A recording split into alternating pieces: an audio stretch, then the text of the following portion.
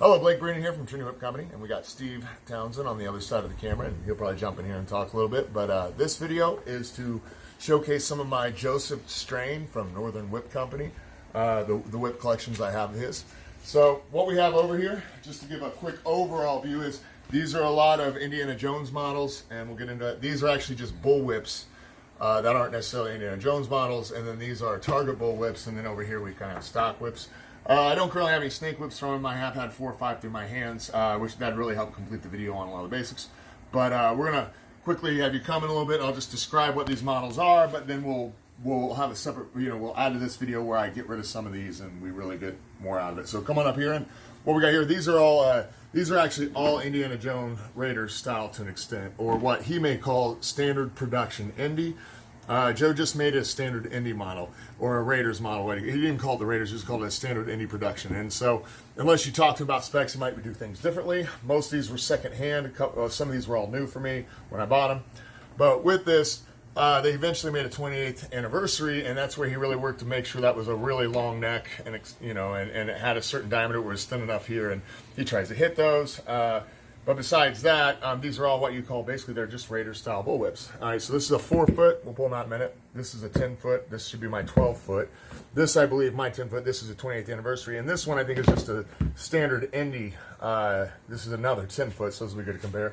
This is an 8-foot Raiders, but it's in saddle tan. This is the whip he made for me that I filmed when I visited him the second trip I had and stayed several days with him. This is a 8-foot KOTC, 8-foot Kingdom of the Crystal Skulls KOTCS model that he makes, and he tends to always make it whiskey with brandy, and it's a 16 plat version of it though, and I bought that one new. And let's see over here. So we're getting into here. These are actually, I bought all these new or had them custom make these. These are all just different bullwhips. On this side right here, I believe this is a 24 plat, and then we've got 2 16s. Over here, these are actually Target bullwhips, and we'll talk more about it, but as you can see, like with a normal bullwhip, you can see how the handle's slim, kind of like that, but it flares out there, and you can see there's not really any flare out. It's the same diameter. We'll get more into that particular point maybe in a little bit. But these are 6-footers, and they're 12 plats, and Vince Bruce owned these before Adam Winrich, and I thankfully got those acquired from Adam. Over here are the 2 sets of stock whips I've had Joe make me. These were all custom orders. This set is a set of 4-foot, and they got shortened handles. They're more like 16. These are half plat, and I believe they're 8 plat thong, 12 plat handles. And these right here are the ones that I actually, if I got the wrong side shown over, these are some ferrules I had Bernie make. And when I visited Joe my first time, this is what Joe made for me that I also documented. And when I filmed them, they need to be flipped over as the ferrules. But these are, I believe these are 5-footers and these are 4-footers. But these are just what I have on stock. I've had a lot more. I've probably had about 50 other Joe strains in my hands through the years because I'd like to catch them when I can. But as time goes by, you've got to thin out your herd. I don't really want to thin any of these out, but I might have to one day. And, there's just different reasons why you just no longer have whips. Sometimes, like I said, when's enough 10-footers or when's enough 8-foot Indiana Jones, So some people really get on a good kick and collect a certain model, whatever you can do. But this is what I currently have. And what we're going to do in a minute is I'm going to slide some of them out, and we'll just focus on the Indy and then do it with all the other sets. So see you in a minute. So these are the Raider whips, and except for the KOTCS, these are all Raider models. But this is a 4-foot I just picked up recently at a great deal. It needs a cracker on it, might replace the fall, but go ahead. I'm just going to look at it real quick. Definitely had some age. Definitely had some, been used a lot, but it's well taken care of.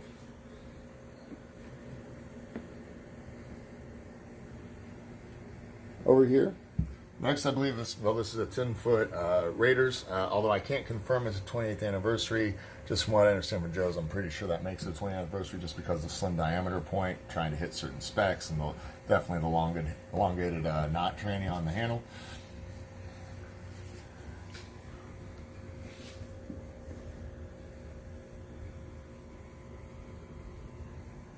Over here. This is a 12-foot. This one I actually got off a gentleman in Indy gear, and the funny thing is I ended up selling it eventually because I needed the money. I regretted it, but a few years later he started selling it again because he needed money. When I contacted him, he sold it back to me for the price I sold him. This is, pretty well used. Still a great whip. This is my favorite 12-foots I've ever cracked as far as an Indy style I've ever had in my life. I like to break those out. Over here on this side, this is actually a Steve Townsend, or I just got this from Adam Winrich, Steve did. And this is 10-foot Raiders. You know, all these are 12 flats, of course, you know, or Indies. And once again, I think this might be just a standard production, but then again, you know, it'd be fun to compare it to the 20th anniversary. You know, Joe was an artist, so unless he was really trying to hit certain diameter specs or handle specs, they still get the same effect in me, but maybe a little higher up, maybe a little lower. There's a lot of things that kind of change that effect. You know, it is an art.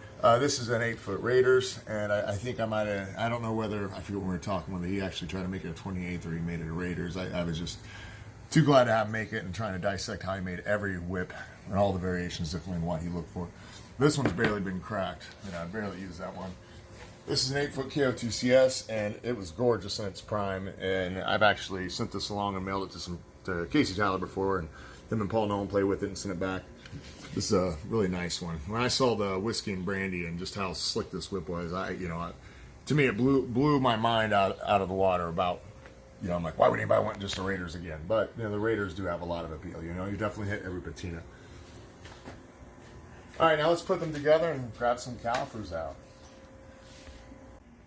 Hello, Steve Townsend here with Townsend Handcrafted Whips. I'm here with Blake Burning from Trinity Whip Company today, and we're checking out some of these Joe Strain bull whips, looking particularly now at the Indies that Blake has. And it looks like we've got 5 Raider style whips and 1 Crystal Skulls style whip. But one thing that's good that I like about being able to see this many whips from one maker, especially this many Raiders whips from one maker, is that even though the whip maker probably went through the same processes as he made each of these whips and does everything to a degree by eye on the same inch spike, you'll see various differences from whip to whip. So even though Joe built all these heel knots up the same way, they're all a little different because you're dealing with lead, which is very malleable for one thing, and you're also dealing with leather, each of these being made from a different hide, obviously. So you're going to have variances in the hide as well. And being that, you know, having seen footage of how Joe works and talking to Blake, who's worked with Joe firsthand, I know that Joe just eyeballs 90%, probably 99% of what he does. And so you'll see differences too in the widths of the strands and the height of the knot, how high up the knot changed. You know, the transition from diamond plait to herringbone changed on each of these.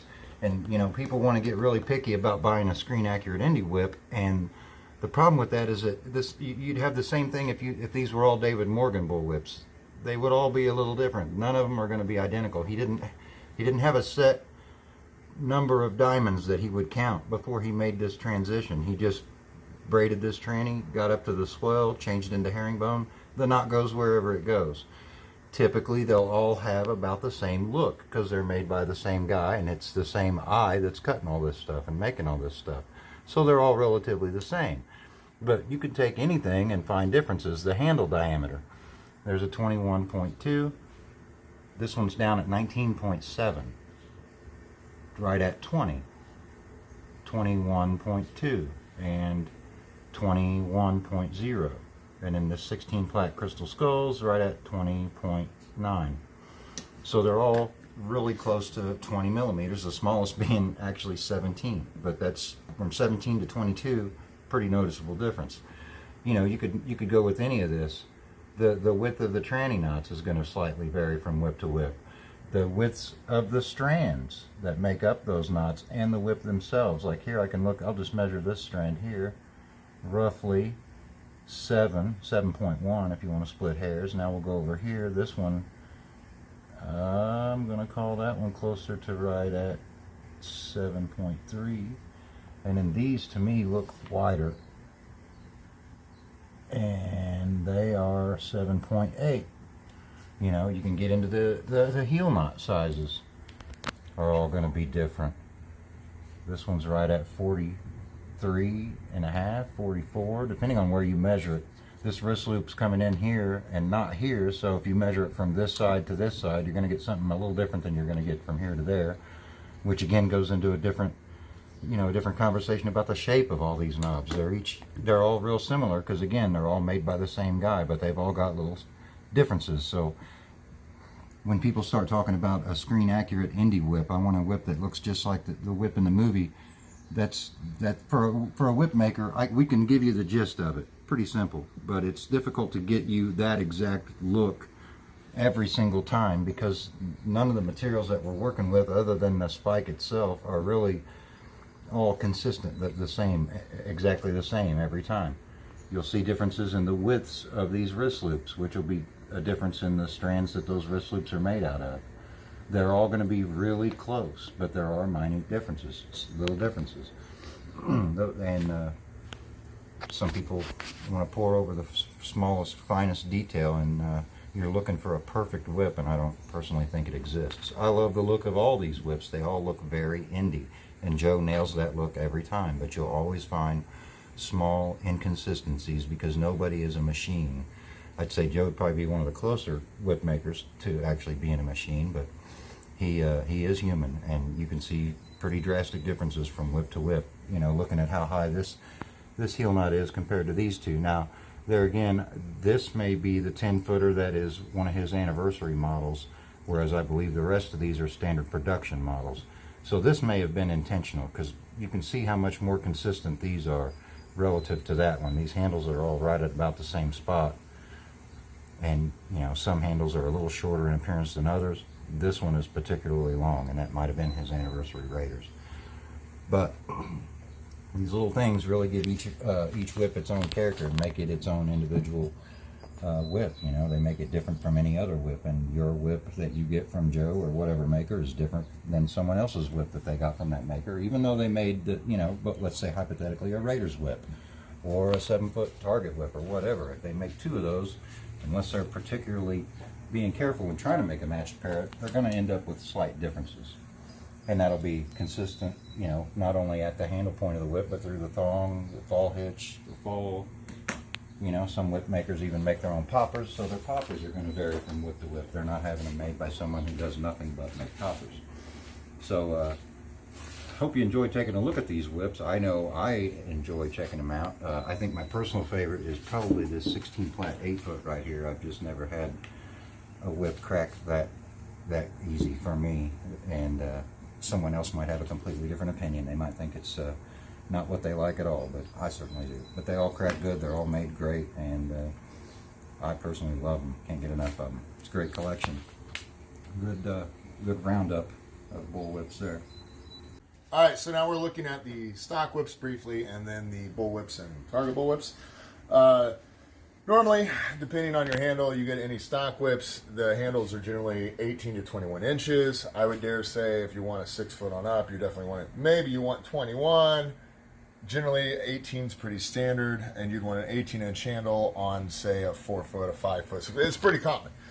Joe, I don't know, is out of my request too, but I was talking to someone, I don't know where I saw or Peter, but we were talking about also shrinking up handles. I'm sure people have done before, but I wanted to try to go with like 17 or 16 inch. I think these are 16 inch, and then I made these 17 inch, but I almost think that knocking it off an inch when they get 4 and below kind of actually helps the performance, help equal that counterpart with the longer whips. But these are both, these are called 8x12 or 8x12. If you see someone put a stock whip, you know, half plat handle, this is what it means by a half plat. This is bamboo. This covers, you know, the plat halfway up, or at least, you know, past half, doesn't matter. But the thing is, it's not fully platted all the way up until here. So these are called half plats. I like these better. They're more responsive. You got to realize there's a little bit of flex, but they're more responsive. The other way you usually do with Tohito cane that you do with handles is that you actually will crack them open, and you put a steel rod in there, or some people melt their own lead, and pour it in there and let it form better, which is a dangerous process. Never try, because it'll blow up in your face and terrible results. You don't know what you're doing. There's water in this cane and lead hits it.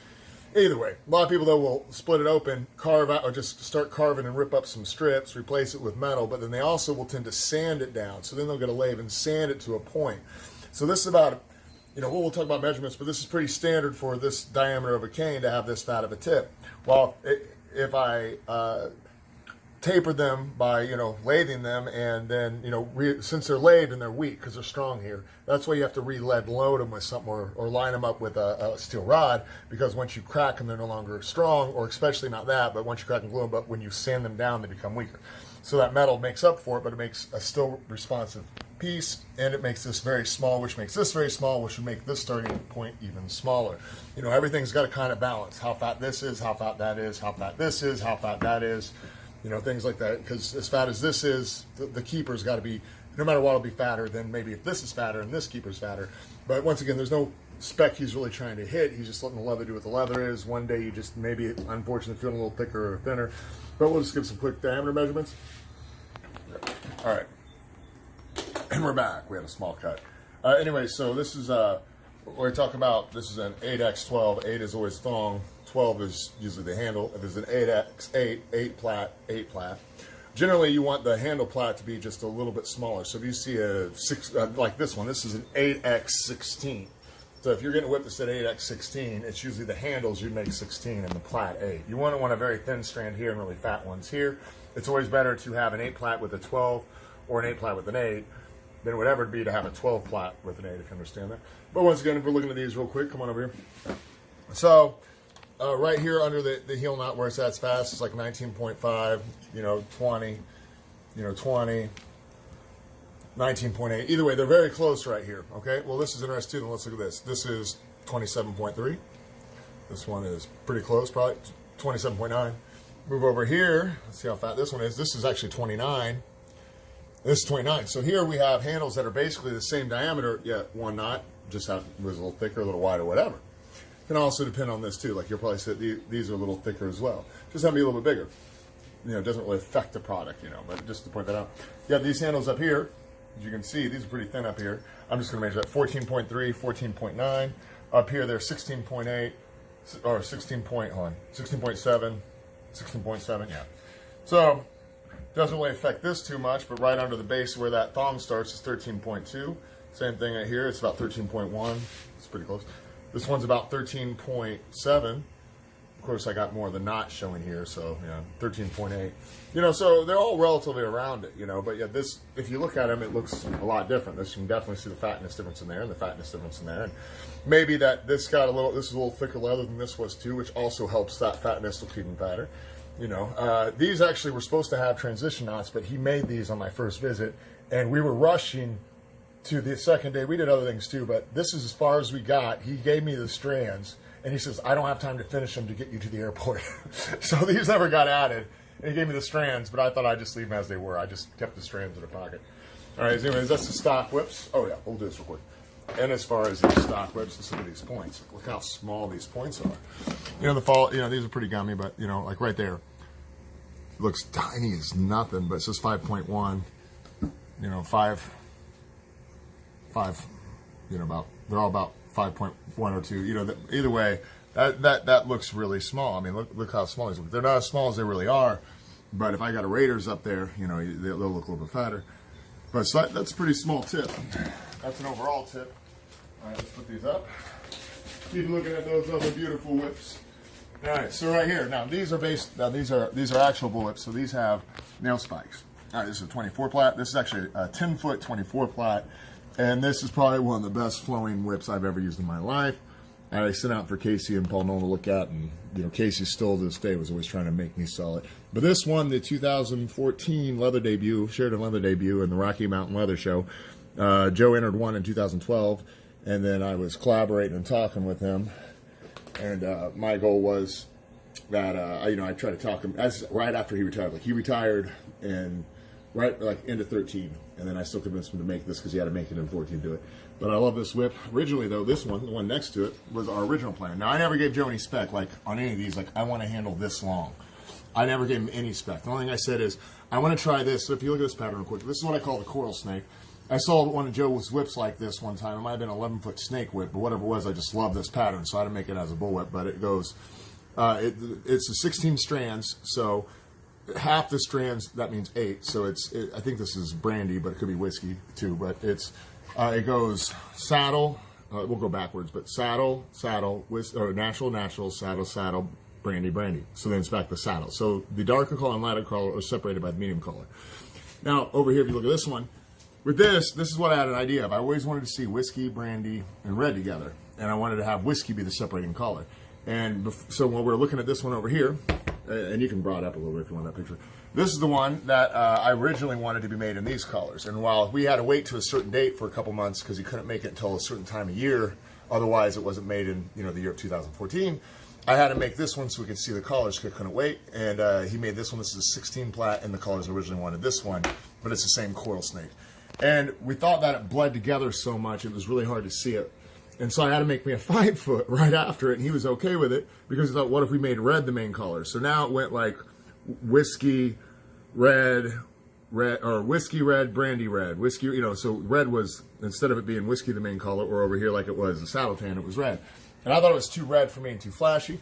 And that 5 foot ended up with Chris Fradley in the UK. Actually, this ended up with Chris too, and that was one of the first things I ever sold him. And then I eventually got rid of it and I got it back because I really regretted selling this. But when I finally had to make this, then I thought, well, I want to see a color change, so let's go with saddle. And although this is a gorgeous and striking whip, I still to this day wish I would have stuck with my original color, just even though you wouldn't be this beautiful to see. I really like the subtlety of that better. All right, here we got some bird's eye and 24 plat. Looks like some, I guess, short herringbone. I guess you call it triple diamond, but back to short herringbone maybe, and then just herringbone. But this is a 3-tone knot. Now, this one is a 2-tone knot. Well, when I had Joe make the 5 foot, he made that before he got to the actual one in the competition. Asked about a 3-tone knot, and he made it, and he said that was the first 3-tone knot he ever made. So Chris Fradley has the one Joe strained 5 foot from me in this collaboration, the missing 5 foot, which had the red as the dominant, and it also had his first 3-tone knot, and this is the second 3-tone knot. But it's very interesting. After about 7,000 whips, he never made a 3-tone knot, but it looked good. And then over here, like I said, this is the original coil snake again. Now, these knots are actually, this is a 7.62 pass, while this is actually, I think, an 8.9. This is an 8.9, 8.9 pineapple interweave. So if you count these, 1, 2, 3, 4, 5, 6, 7, you're going to count 8. So whenever you see a knot and they say it's a 5-4, well, that means there's 4 up here, but there's 5 cross stitches. You can't always see them different knots if you don't know what you're looking at. So this is an 8-9 because whatever this is, there has to be at least one more going this way. So this is an 8-9, and over here I dare say this is an 8-9. It's basically doing a 5-4 and just keep going around, and just keep going around. Instead of being so slanted when you braid it like that, it's just more like, or instead of that, it's more like that because you're just having more up and downs go around to make it go around. But you also need a thinner string. But these are all different handles, and like I said, if you want to measure them, we'll come over here real quick. Again, this one's a little fatter, but we'll start here, 21.3. This one turned out to be 39.7. This one is about 20.9 or 21, so it's pretty close to the other one. But this one's 37. What was that? It's a little bit thicker, right? See, it's just a little bit different variation. Maybe he did it because it's 10 foot, he wanted a thicker feel. But it doesn't really affect the whip too much. 20 millimeters again, and this one's at 34. Did I measure that wrong? 37. Wow, that's really dinky. But see, this being a 4 foot and this being a 6 foot, I would think that I would put that on the 4 foot, but it doesn't really matter. They're all still really nice pommel shape. And when you want a 10 foot, you probably do want a little more to hang on to. It's not like you're going to do a lot of quick volleys with it. Now over here, these are Target whips by Vince Bruce. These are 10-inch handles. Now these are spring steel. So as you can see this is a flat head of a nail spike. Like whoosh. If you see this, you're going to see that little, that's a piece of spring steel with maybe some leather around it too, but that's spring steel. You're going to see the difference on that. Now these are pretty thin, and I love these, but 19.5 or so, what? Yeah, 9.7. These are plastic, so I can shove them in too much. But yeah, so we're looking about 19.9 on the handle, and then the thong, about 20. Still, it's all about the same respective diameter. These, then 32, they're 32 point whatever. They're all close enough. But let's look at these tips real quick. So on these Target whips, man, these look so small. I wish you could just see. I almost need a fingernail just to show you. I wish I had a fingernail that wasn't already gone. Man, these are so dinky. So it's still 4.8, give or take. 4.7, 4.8, yeah. And then let's try this one. I'm just going to do a quick measurement, and we'll be down here, brother. All his, though, since they're all ending on what looks to be, these are a 12 flat point, but you see these are an 8 flat point. And so I'm surprised it's that thick. But there's 5.7. That's on the 6 foot. Looks around here, it's about 5.1 on that 4 foot. And this 10 foot. Man, that is so dinky. There it is. It's like 4.8, 5, 4.8. I mean, man, I wish you could just see the detail on how thin those strands are. You know, but this, I believe, unless I'm wrong, 1, 2, 3, 4, 5, 6, 7, 8. This is a 8.2. So we did a 24, ended in the 8. He did 2 16s, both ended on 8, and he did 12 foots, usually in those on a 6.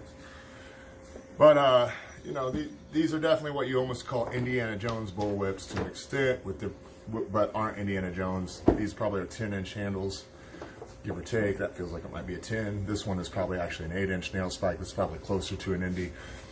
But that's pretty much a collection. I don't go into too much detail, but I thought it'd be good just to show some if you haven't seen them, see some cool whips, and also see the measurements, because I really recommend when you, I'll just say this real quick, I got a lot of whips with Joe Strain from the years. My first Indiana Jones whip, or my first Kangaroo whip, was my 3rd purchase, and it was like 12 years ago. And after doing my research, I realized I want to go to Joe Strain. And just by looking at his product, I didn't really know who he was at that time or understand he was the movie guy whip that he is and other stuff. I just, from looking at everyone's available on the internet, his just really looked really good. And then I called and tried to contact everyone, and Joe was always very personable, ready to answer a phone or get back with me. I could have phone conversations with him, you know, and I just, you know, I knew the caliber of the guy, and I don't know if he's the best, but just from his character, I thought he'd make the best. And to me, he did. Like, after I got that whip, I went through about 200 whips on eBay for a few years, where I would get a whip and then sell it. I get it, and I try to find another one a good deal at use, and I get it and I try it, see if I like it, because I never had a 7-footer, I never had a 12-inch handle, or I never had this guy's model. But after going through a bunch of them, I still turn around to that. I still love what Joe did on all the feel of all his whips. And he has his own area, and everybody's different. Who says what's better or not? There is no best. You know, there's the responsibility of the whip cracker too. Like, you may get a whip and you're like, oh, this feels great, and someone else says, no, I don't like the sweet spot on it, because I had a conversation with it. But I forgot to mention one time on it is, well, it's kind of hard to find what a sweet spot is. And sometimes you have a whip that doesn't exactly crack the way you want, but as you as a performer, you need to go ahead and realize that you may be the one doing the extra effort to make it work the way you want. All right, so, you know, like, there's the responsibility of the whip cracker. Like if you're looking for a tosser, some whips will toss better, you know, and maybe the way you have it, just a 12-inch handle or however you do stuff, it tosses great for a certain length. But then somebody says, well, I want that, and I want to shorten the handle, I want to make a better tosser. I mean, you can try to do the science to make a better tosser, but still, depending on how much, you can only do so much weight here and do it, change it. Some models may just toss better. But with that, you know, if you are someone tossing a whip or cracking a whip a certain way and you get a whip, yeah, you want something that kind of feels right to your hand or feels best, like it's just more of an extension of your hand. But you also got to realize, as Dr. Phil said, sometimes you make right decisions, sometimes you make decisions right. You know, it's like, that doesn't always dismiss a whip just because it's not the way you think it should be, that it's just a bad whip. Someone else will love it. But also, if you're a performer and you need to nail something, you, even though it's not exactly the way you want, you got to realize you naturally will learn as you got a skill to work with the nuances of what you got. I mean, so you're a sword fighter and you just did Viking sword. Well, no, you've got an English sword, or you've got more of a fencing sword, although I know fencing would be different, but you know, it's like, does that mean you can no longer use a sword? You have to deal with the weight and the length you're not used to and still make the same moves work. So there's a responsibility of the martial artist or the whip artist to a lot of this stuff, you know. And with that said, you know, different, you know, a lot of people want to say, what's the best whip to get, what to start on. I really say, you know, I personally like things between 5 and 6 feet, and then I like things that are 10 feet and longer, more like 12 and longer, around 12. I like my short whips to be short enough for some action. I like my long whips to be long enough to cast them out very slowly and kind of have a, you know, just see how slow I can make it roll out healthily and still just have a nice pop. There's a lot to do with these, but with handles too, the like should be 8-inch, 10-inch, 12-inch. You know, a lot of people say you want a target whip because I'll get you better volleys and better targeting. And I learned on Indiana Jones 6-foot, and I can put candles out like no problem with this cracker all day long, and I can just have a free base candle. It's not going to knock the candle over. But you give me these, I'm still great. But you give me a target whip to help me target. I'm not used to that long handle. Well, I don't have that. I don't have that martial art skill in me to really want to spend the time to get that like I could. So I just pull the ones I stuff with. But like I have a harder time cracking a 12-inch handle target bullwhip on snuffing, but I can volley easier because the longer handle and extension helps make it more like a Stockwhip counterpart. You know, but I ultimately say if you're looking at a whip and not sure what you want to get, period, first of all, let the collars appeal to you, and whatever blows your hair back, as the phrase is what's really best. But it might be better to think about, what do I want the whip for? Am I just want to learn basic cracks? That may even decide on what you even buy in money anyways, unless you just really want to get something that's definitely you know of or on the higher end. But, you know, if you want to just learn basic cracks, but you also got to realize I want to put cracks in combinations. You know, everybody says get an 8-foot, an 8-foot helps. Well, an 8-foot's a little longer, a little sluggish, in a sense, it can help you understanding because there's more there to help the, and there's more weight. It might help you the longer the whip to help figure out, generate the weight. But I'll tell you, cracking a 10-foot's not like cracking a 6-foot. They both kind of have to take that martial artist spectrum skill or that whip artist of controlling something, and it really pushes it on one end and pushes it on the other where you're getting that balance. In an 8-foot, they say you should middle it up, but I don't like 8-foots myself. I have several, as you saw, but I don't like cracking an 8-foot because to me it's so long. It's telling me, man, I don't really want to be a 6. I don't really want to do volleys or a lot of these other fast moves because I'm too long for it. And then it's like, okay, well, we'll slow crack you out like a 10-foot or 12. And they're like, but I'm not long enough to really get a real long, slow crack. So, but some people love the 8-foot actions. There's a time in Indy gear where 9-foot was all the rage. Ultimately, go with your gut, but think about what do I want to do? Do I want to crack like Harrison Ford? If you're an Indy guy, that's a lot of them. They want an 8-foot because that's what he cracked. If they want more of the costume, they might go over a 10-foot. And they figure, well, 10-foot's more what he wore. I get that look, and it's just a little bit longer. But the Cairo flash can be done with either, as they call it, or the Cairo crack. But, an 8-foot's definitely easier to learn a lot of that stuff, especially think about the weight difference. I mean, it's 2 feet shorter. So weight affects things. Length can affect that. Longer it is, the more weight has to go up. The slower it can go up. So your timing's a little sluggish, while something shorter, it's a little quicker, a little lighter. You got to adjust to however things are. But that's definitely what I call the responsibility of the whip enthusiast, or let's say the whip artist. Mr. Deere says that as a whip cracker can crack a whip. A whip artist, he can do things with it. So, but even the whip, the occasional whip cracker, the guys just want to crack whips. They all, we still got to realize that there's an old phrase one of my mentors said is your ways will teach you. And whatever whip you have, this is why it's good to have a good quality whip, because if you have a really cheap $5 bin, tourist whip, you can learn to crack it, but it'll only crack a wrong way compared to what the right way is, because it can't crack the right way because of the way it's made. So that whip will train you. So your ways will correct you. That whip will correct you. But that's why it's always kind of good to have a good whip by a good maker that is some decent reputation on how to make a whip and the right flow out, or know what model you're getting, because it can affect weight, but you want something good like that. So to me, it was always like, I wanted whoever is the best to make me what I got. So I know the error is all in me, not in my product. Because half the time you're trying to learn something with a slightly inferior product, and you don't know what is you not understanding or getting your body to connect, and what is the product. So that's one reason why, if you're serious about an art or a skill, it's good to get a low-end, high-end whip or gun, single action firearm, whatever it is you get, than it would be to ever get a really cheap one, because ultimately that money can tend to be a waste. But with that said, you can only buy what you can. Be frugal, look around, look on eBay, contact people. Sometimes just contact whip people on Facebook. Because anybody got a really cheap 6-foot that's used and they want to sell really cheap and they wouldn't mind getting $90 for it. And you just never know. But you can, whatever you can get that you think will be better, check around, try different avenues. Don't just look around. Ask around and find what you can. But it's always worth it when you're putting. That's why I always thought, if I'm putting $500 to $1,000 on a product, I want to research a lot of my own. I want to get to know the whip maker. I want to know I can contact him. He gets back. And I also want to know the character of the man a little bit, because as an artist, he comes out in it. Is he meticulous? Is he caring? He's got to have a certain amount of perfectionism, I think. But on top of that, it just, good tree makes good fruit. So I just want to say he seems like a real generous, honest, and humble guy. And that's what sold me on Joe. When I talk to him, like, he's just down to earth. And, I know his art's got to be down to earth because he's this good. And he just talks to me like I'm just someone that I just bumped into at Walmart in the checkout lane. And he just talked for a while. So thanks for watching. I hope this helps you out in some way. Not a lot of educational purpose in here. Just thought it'd be a good showcase. Thank you, Steve, for filming and helping. And I'll see you guys next time.